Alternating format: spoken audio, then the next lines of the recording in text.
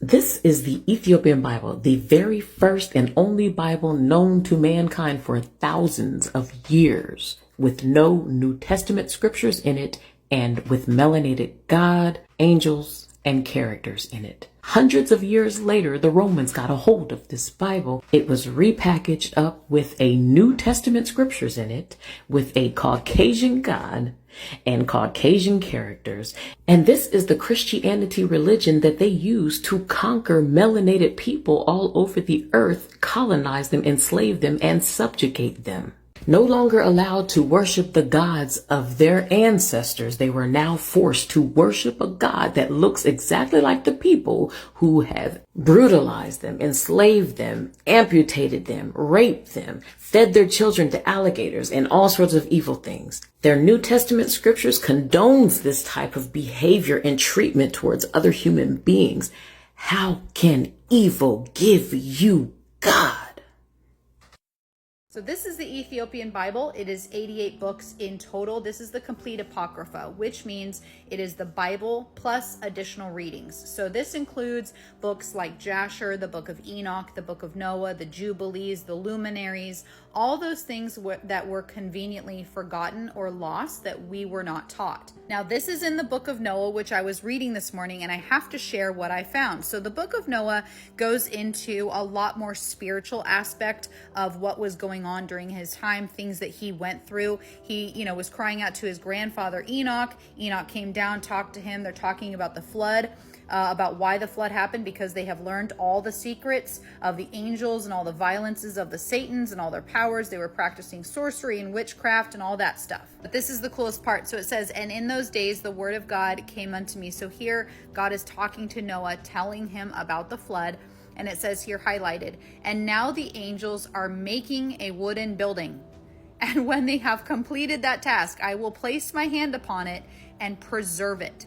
So this tells me quite clearly that angels helped Noah build the ark, which honestly makes so much sense because when you're reading the book of Genesis, when you're looking at the specifications of this thing, it is incredibly massive. It never made sense to me that he built it alone. And so this tells me that angels helped him build it.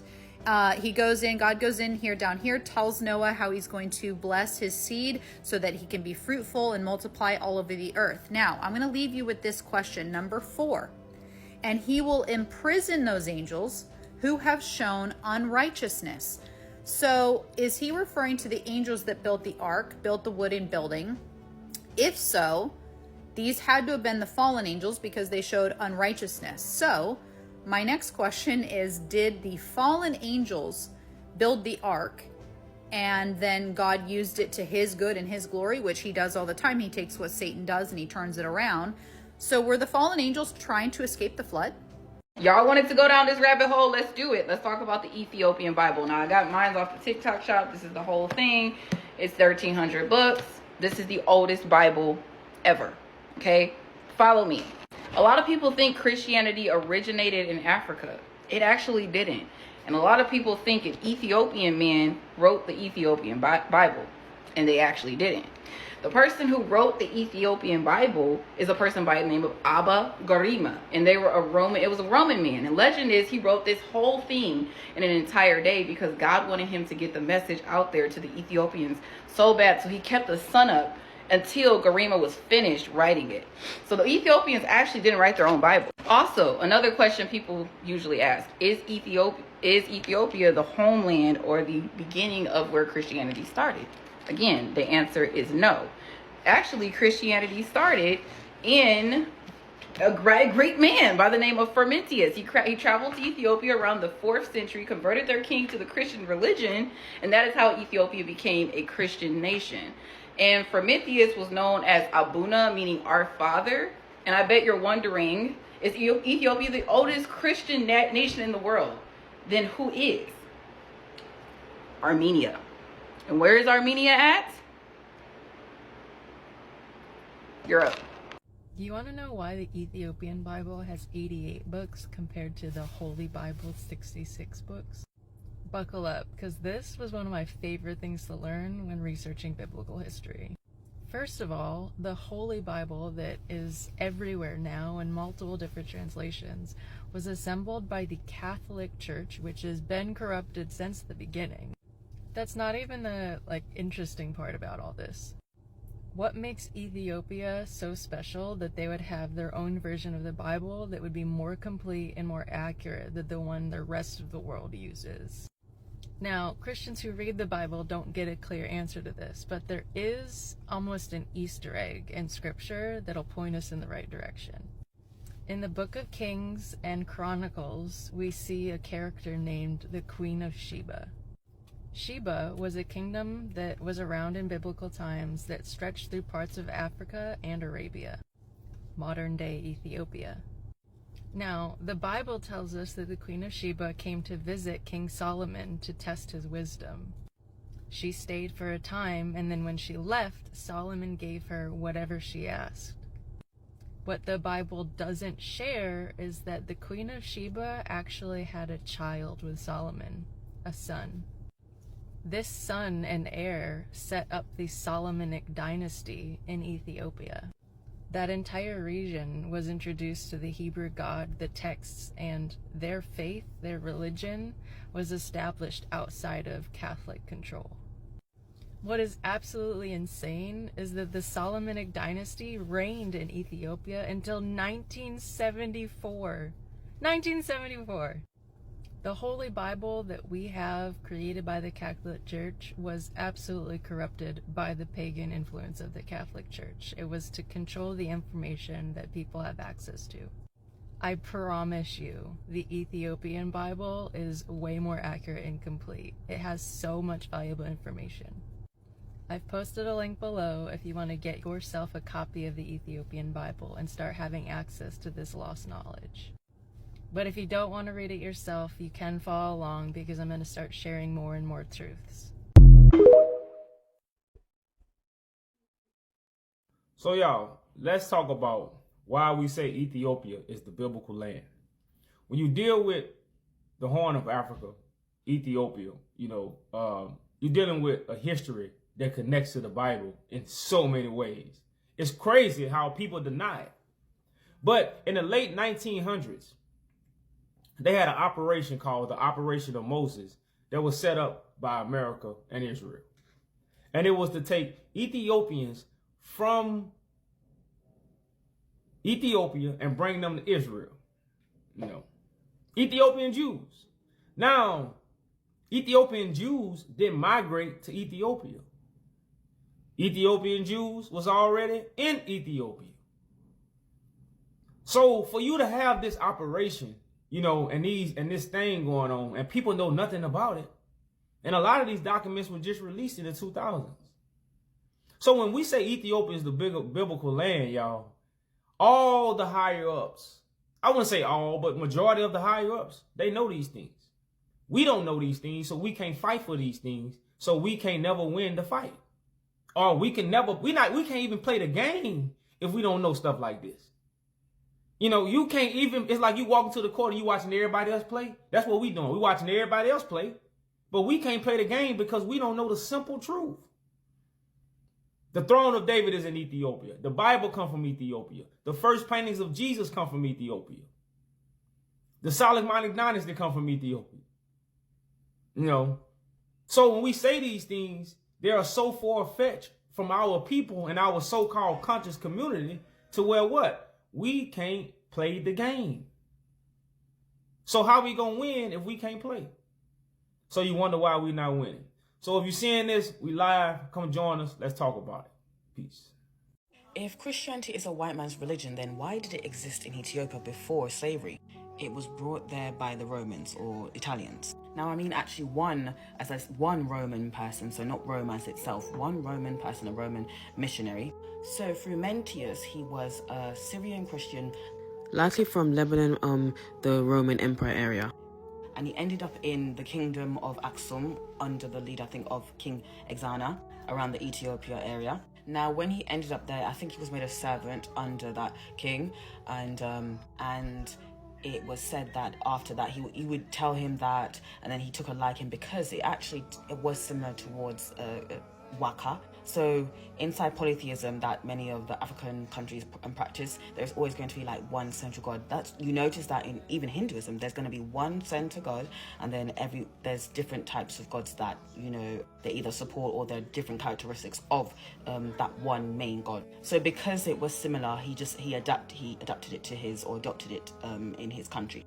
Now it's key to note that it wasn't the empire that sent them there, because remember, Christianity wasn't the main religion back then. You know, people were persecuted. So it was like an underground movement from those people from that country that then went into that country to, you know, uplift them. When I mean I mean uplift Christianity around the world. However, it did exist in Egypt before Ethiopia, as back then Christianity was appealing when I think Saint Mark, he then brought it there from, you know, Palestine area, because it was in rebellion towards before Rome became Christian. It was in rebellion towards the rule, because the Roman Empire, they ruled a lot of places. So yeah, although they weren't white necessarily, it wasn't as if it existed there since the beginning of time. It was brought by outside forces to Africa. But it is interesting to know the history and stuff. As you can see that they really did evangelize. But one would ask, is it evangelism when it is now persecuting other religions? As you know, every religion does this, but it's just some Christians, not all. It's to a state where, you know, you must evangelize peacefully. You mustn't force people or put other people's views down. Years old, his holy book.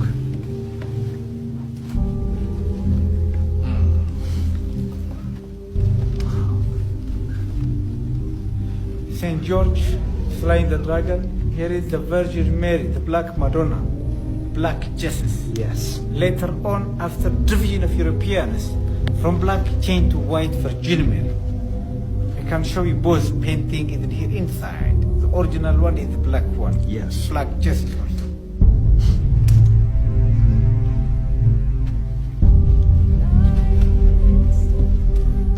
How it was to read Geese, you know. It was prayer for us, Abba. You can listen to him.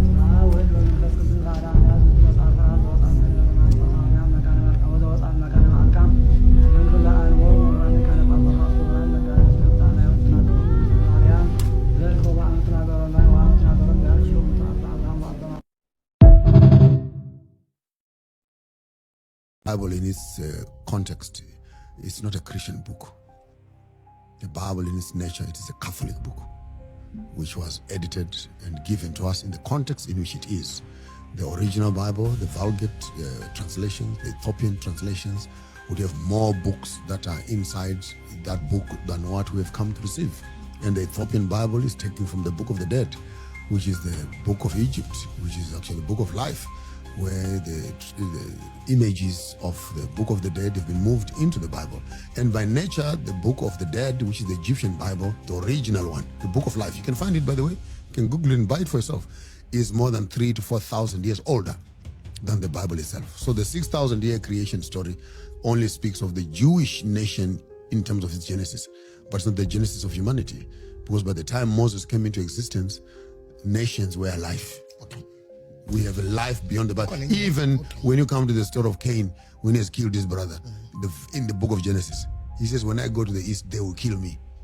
Then you want to underline just those few words, they will kill me. Who are they? If it was just you and your mother in the garden. And where did Cain get his wife? And the churches run away from these passages and try to do extra theology. But maybe the Genesis story speaks of the creation of a nation within the greater existence of humanity. That's another suggestion I'll be giving to you. That's for theologians who want to further extend on that. But the Bible does not negate that outside of the garden, there was a life that was existing. And even if you get a good translation, God planted a garden east of Eden. So Eden and east of Eden are not the same venue. Eden is Africa, and east of Eden, that's where the garden was planted. So the question is, what was in Eden and what was east of Eden? So is the life of Eden the life of east of Eden? And is east of Eden the genesis of humanity?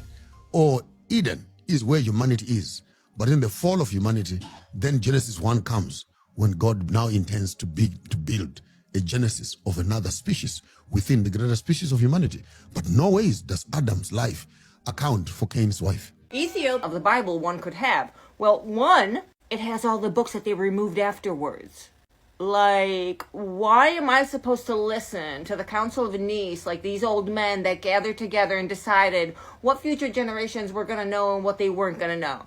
How about we go back and actually learn the real stories before they were tainted by man? So let's get back to Ethiopia and why they literally say they have the Ark of the Covenant. And I believe them because the Ethiopian Bible is full of truths that regular Bibles that came afterwards don't have. So they have an ancient church of Saint Mary of Zion, where allegedly the Ark of the Covenant was kept for hundreds and hundreds of years. And now the Ark has been moved to a chapel, and this chapel is guarded by armed men. Why are there armed men in front of a chapel? There aren't in front of the other ones. See what I mean? There's something of value in there that is so valuable that they put armed guards.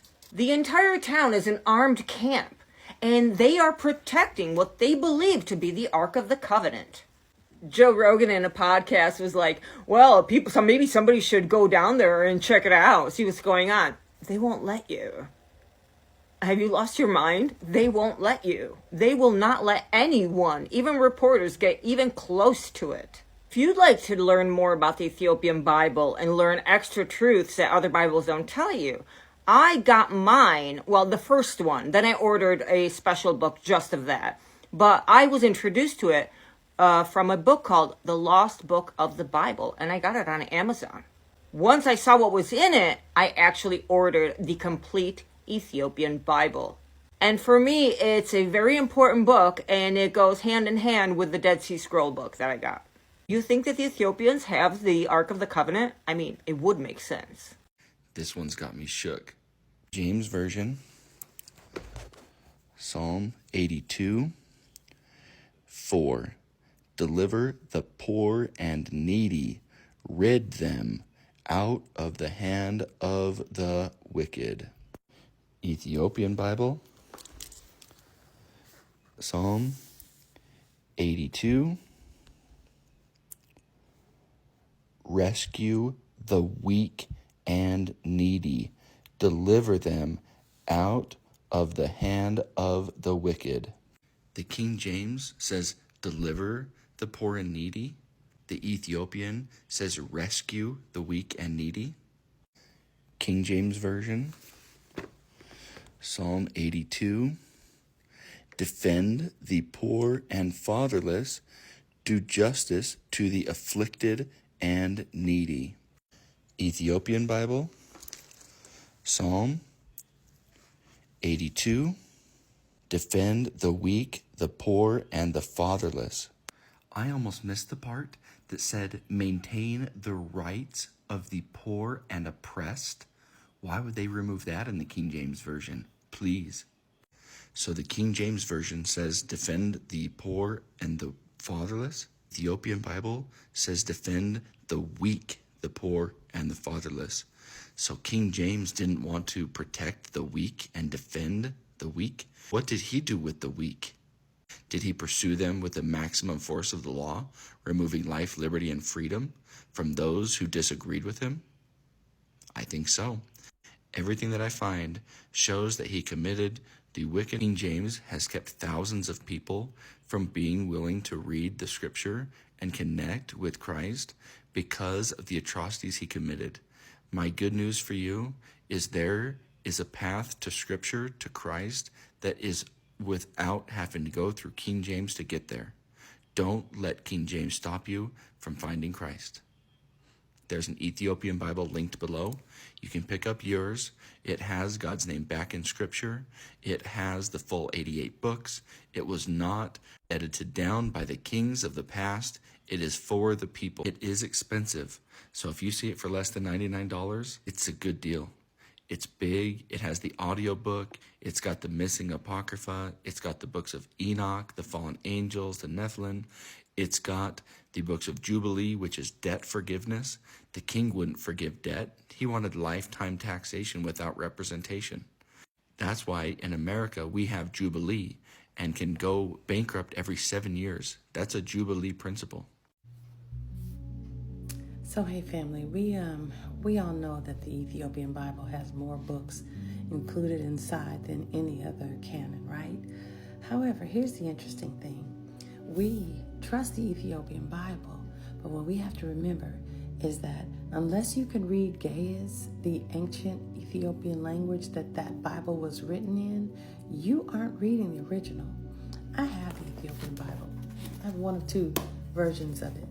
And inside this Bible, they have the names of the Father incorrect, just like the King James. What they do is when they turn it to English, they leave the names inaccurate to keep the lie alive. And then they'll tell you in the preface that they decided to stick with the tradition so as to not confuse you. The truth is, they are not telling you the truth. Every single work that we read has G-O-D in it. It has the L-O-R-D in it, and it has J-C in it. None of those names are accurate. And so you could be reading your trusted Ethiopian Bible, but if it's in English, it is inaccurate. The only Bible that we can rely on, unfortunately, the only one that we can rely on is the true scriptures. It's the only one that goes back to the ancient scrolls and translates it from the ancient Aramaic and Aramaic straight to English. All of the other derivative works are going to change the names and proliferate the lie. Y'all, over the last week, we have been going into very deep detail, understanding the history of our Bible, how it came to be, what changed, when was the breach, how many breaches were there, what was the king's motives for creating the Bible. We have to think bigger than what we realize. And what we have to understand is that in changing our ancient scriptures, they caused us to walk in full-blown idolatry. The King James does not reflect the correct 10 commandments. Your NIV took one of the commandments out and split the 10th one into two to make it 10 so that they could proliferate their method of operation. The 10 commandments, the very first commandment from the ancient scrolls says this: I am Yahuwah, your Eluah, who brought you out of the land of Matzah, that's Egypt, out of the house of bondage. You are to worship no other Elohim, not Elohim, Elohim besides me. That name is significant. Elohim is different than Elohim. When you speak it vibrationally, it's a different sound. The ancient Paleo-Hebrew language is a sound vibration activated language. When you speak it, it is cutting through the atmosphere to create the thing that you're calling in. That's why the Father used that language to speak to everything into existence and to use his people to speak that language. We're violating that commandment every time we call on JC, every time we call on the LORD, every time we call on GOD, because those are not his name. Those are titles, or JC is actually paying homage to Zeus. All right? Gotta get this, family. The third commandment is you do not bring the name of Yahuwah, your Eluah, to nothing. That's what it means to put his name, to bring his name in vain. It means bring it to nothing. And right now, most everyone that we know has never heard the name Yahuwah. We've heard Yeshua, we've heard Yeshua, we've heard Yahweh, we've heard Jehovah, we've heard all of those other names, but none of those, not one of them, is the accurate name of the Father. The Father's name is Yahuwah. It's Yahuwah. That's how it's pronounced. Vibrationally, it sounds different than all of those other names. All right? If you are not calling on his name, you're bringing his name to nothing. That means if you're singing another name, if you're praising another name, if when you go to pray, you're saying LG and you're praying your prayer, and at the end of that prayer, you're stamping it with amen, that's paying homage to Amun-Ra. We don't even recognize the depths of the deception that we were fed, and we get to find our way back to the Father. Okay? I know this is hard to hear. I wept for weeks, but I implore you, study to show yourselves approved. In Acts 4, he says, by no other name are we saved. You can't be saved by a name of a Savior that didn't exist when he walked the earth. So, and for those of you who feel like it doesn't matter what's in a name, well, if it didn't matter, he wouldn't tell us He wouldn't have told us to keep his name. He wouldn't have warned us that we would forget his name for Baal, just like our forefathers did.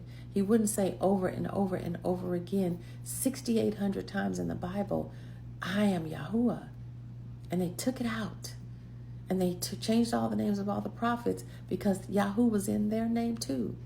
Yahuwah is the name of the Father. Yahusha is the name of the Son, not any of those other names. Yahudah is the tribe. Yahudim are the people. Many of the prophets had Yahuwah's name in their name. Isaiah was Yeshayahu. Jeremiah was Yirmiyahu. Matthew is Mattatyahu. John is Yahuhanan. And the list goes on and on and on and on. They had to change all of their names to J names, ironically, to hide Yahuwah's name from us. So I'm going to shout this to the rooftops because I love you.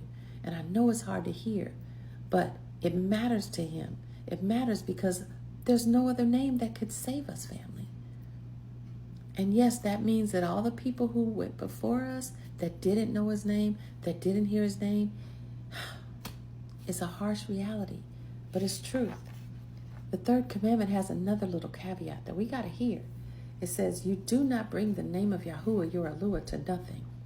For Yahuwah will not leave the one unpunished who brings his name to nothing. That means now you know his name. If you do not call his name, you're bringing it to nothing, and he will not leave you unpunished. I'm telling you this because I love you, family. Call on Yahuwah. Like, follow, share so that more of our family can know his name and that they can be saved. Alleluia. Wait, so if the King James Version of the Bible is complete, why are there 88 books in the Ethiopian Bible? Why have over 1,000 sacred texts been removed from the Western version of the Bible? Why doesn't the KJV include the wisdom of Jesus, the son of Sirach? Because this is the Ethiopian Bible, way older than the King James. Preserved in Africa where Christianity started. Europe didn't bring us Christianity, they brought us redactions. In this version, it comes with audiobooks and video lessons, plus over 1,200 books in the Apocrypha. I'm telling you, this ain't the Bible that they preaching from on Sunday. This is the truth that they edited out. So if you see the orange card down below, it's still available. Find out what they've been hiding. We know that they lied to us about everything, right? Our history, about medicine, about the earth being round, dinosaurs, outer space, you name it. Do not think that the Bible is exempt from all of those lies, because this is the thing. We know Rome was a huge empire, right? They took over pretty much everything. But Ethiopia never bowed to Rome, okay? There were these Ethiopian monks that had their copy of the Bible, like all of it, and they kept it secret for many, many, many years, and it's been preserved. So the Ethiopian Bible still has the Apocrypha in it, like the Book of Enoch and the Jubilees and the Maccabees, I think, and all sorts of stuff, the Book of Wisdom. It is all right here in one place. Trust me, don't waste your time buying all the... It's just the Apocrypha books. Don't even waste your time. Don't waste your money. I've bought several of those things, and it was all just a joke, and I wasn't sure if it was even the right thing. Like, I felt like they were incomplete, and then I got this book, and I realized they were incomplete. This one right here has the entire 66 canon Bible that everybody knows of today, plus it has more books. Actually, there's a total of 1,700 in here, but there's 88 canonical ones, which include the regular Bible that you know of, plus the Apocrypha, and some even more on top of that. And there is a QR code in here where you can scan it, and it takes you to a website on YT, I think, and you can actually sit and listen to the Bible being read to you. It's actually pretty cool. And in case you're wondering, this book does say Yahweh in some chapters. This is probably the biggest Bible that I have ever owned, and I am so glad I finally have the Apocrypha with the regular Bible all in one simple place. This thing is not cheap, but I am telling you, it is absolutely worth it. Like I said, don't waste your money on buying just the Apocrypha. Get a Bible that has everything in it. I put the link below in case you want to check it out. I often see some Black folks using the Ethiopian Bible as proof that Christianity was part of Africa, like it somehow means that we didn't adopt the colonizers' religion. But let's slow that down just a minute, because Christianity did not rise from African soil, and the only reason it became the dominant religion in Ethiopia was about power, not holiness or divine truth. Yes, Ethiopia was one of the first nations to officially adopt Christianity That's true. The Ethiopian Orthodox Church has roots going all the way back to 4th century CE, and their Bible is one of the oldest in existence. But here's the part most people skip. Before Christianity, the kingdom of Aksum, or what we now call Ethiopia, practiced indigenous polytheistic religions equipped with their own gods, rituals, and spiritual systems. Christianity was not native to Africa. It came from the Middle East and spread through contact with the Roman Empire. So how did it get to Ethiopia? Well, through a man named Frumentius, who was a Syrian Christian that ended up becoming really close to the royal family after he was shipwrecked and enslaved. Frumentius eventually became the tutor to the future king, Ezana, and as a result, he was able to influence his entire worldview. Ezana later declared Christianity the state religion, not because it magically resonated with their ancestral beliefs, but because it gave Ethiopia political leverage and connected them to rising Christian powers like Rome and Egypt. This wasn't about divine revelation. This was about strategy. Aligning with Christian empires brought trade, legitimacy, and power. It's the same pattern we see across history. When a king converts, the kingdom follows, not always because of faith, but more likely because of statecraft. So no, Christianity was never the original African religion. Yes, Ethiopia made it African in their own way, but for the rest of the continent, Christianity came by force through missionaries, colonizers, and extreme violence. It's okay to hold both truths. Africa had its own sacred traditions long before the Bible, and adopting Christianity, whether through royalty or colonialism, was often more about power than piety. So the Ethiopian Bible is not proof that Christianity was not just the religion of the colonizers. This is bunch of white nationalists. I just said bunch of white nationalists push Christianity down your throat. Christianity was in Africa before Europe. Whoa, did you hear that? The Ethiopian Bible is older than the King James. And thank you. That's exactly right. The argument that colonialism brought Christianity to Africa is completely wrong. Why is it completely wrong? Because Christianity was already in Africa before Europe. Christianity was in Africa before Europe. Because they didn't bring Christianity to Africa, they brought edits. Ethiopia had the Bible long before Europe ever touched it, complete and full of books that you probably never even heard of. For some reason, over 1,000 sacred texts were removed from the Western version of the Bible, but the Ethiopian Bible, kept all of them. Look, 88 books, not 66. Plus, there's over 1,900 books in the digital Apocrypha, and it comes with an audiobook and video lessons to guide you through everything. If you can still see that orange card on the bottom of your screen, go ahead and grab one before it disappears. And while you're here, go ahead and tag someone who still believes that the King James Version is the full word.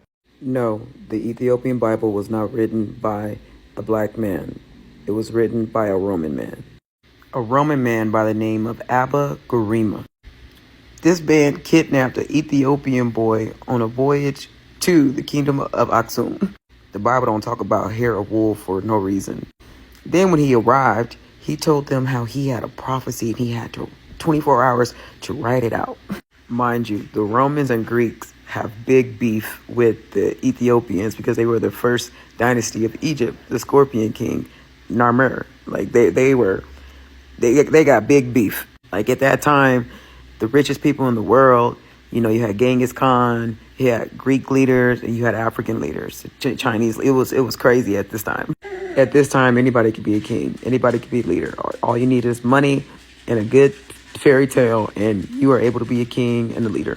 I know y'all heard the stories about Christians being fed to lions, but listen to the first Christian Bible. And it's something for folks to think about. And you say this is from a Bible. Therefore, it must be Canaan, your firstborn, whom they enslaved. And I'm just starting in the middle because there's a lot of it here. And since you have disabled me, doing ugly things in blackness of night, Canaan's children shall be born ugly and black.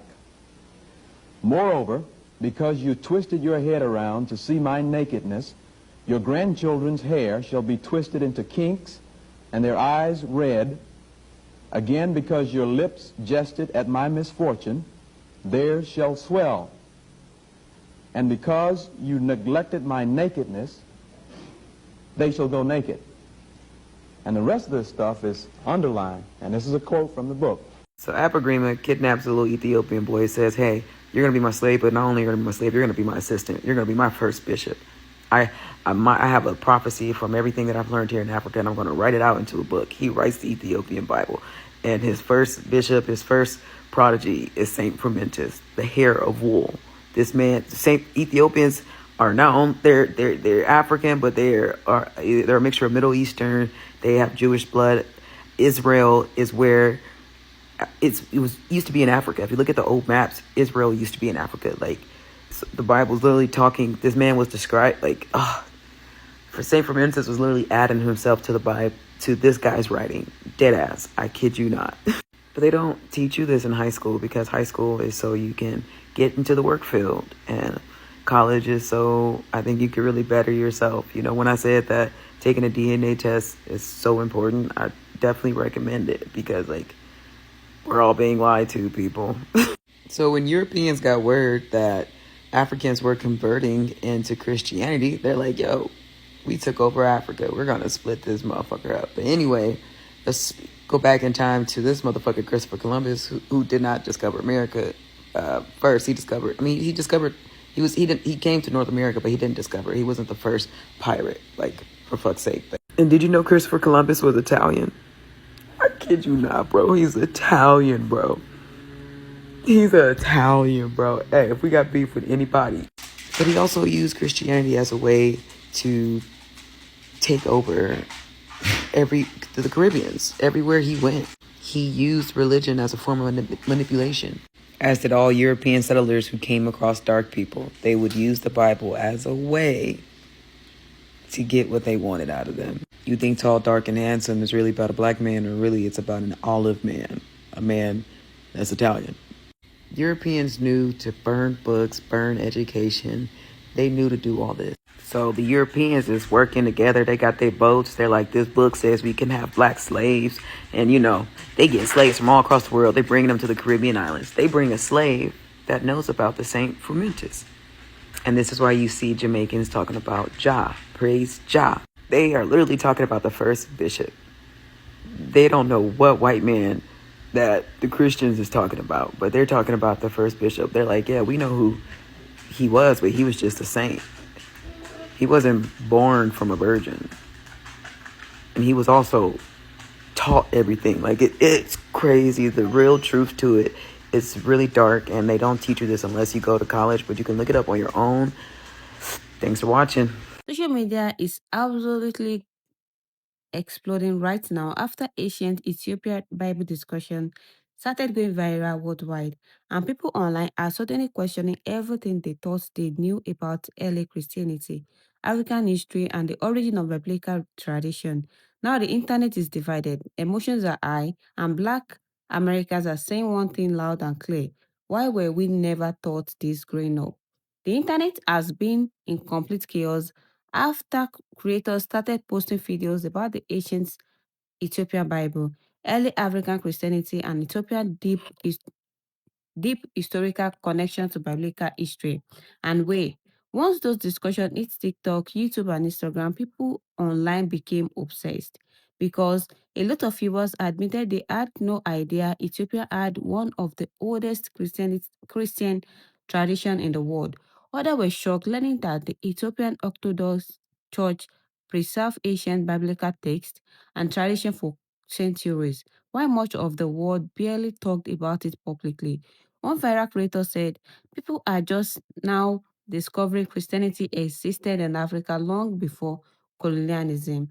The comments spread fast online, and honestly, that's what really sparked the debate. Because many Black Americans reacting to this viral discussion said they grew up very, very limited version of African history in school, especially when it comes to religious scholarship and ancient civilization. One woman commented, they taught us slavery constantly, but never taught us Africa had ancient churches, scholars, and biblical history too. Last night had the internet agree for days. Now, of course, historian online also stepped in, reminding people that Christianity spread across many regions early in history, including parts of Africa and the Middle East. Ethiopia, in particular, has a long Christian tradition dating back many centuries. But social media turned this into a much bigger conversation because suddenly people were not just discussing religion anymore. They were debating representation, history, tradition, education, and how certain stories becomes mainstream while others stay silent, stay hidden from public attention. At the same time, some critics online accuse viral creators of exaggerating claim or turning historical discussion into internet drama for views. Others argue people should research carefully instead of believing every viral post they see online. But regardless of where people start, one thing is obvious. Millions of people are now paying attention to African religion history in ways they never did before. And according to many Black Americans online, that visibility matters. One creator explained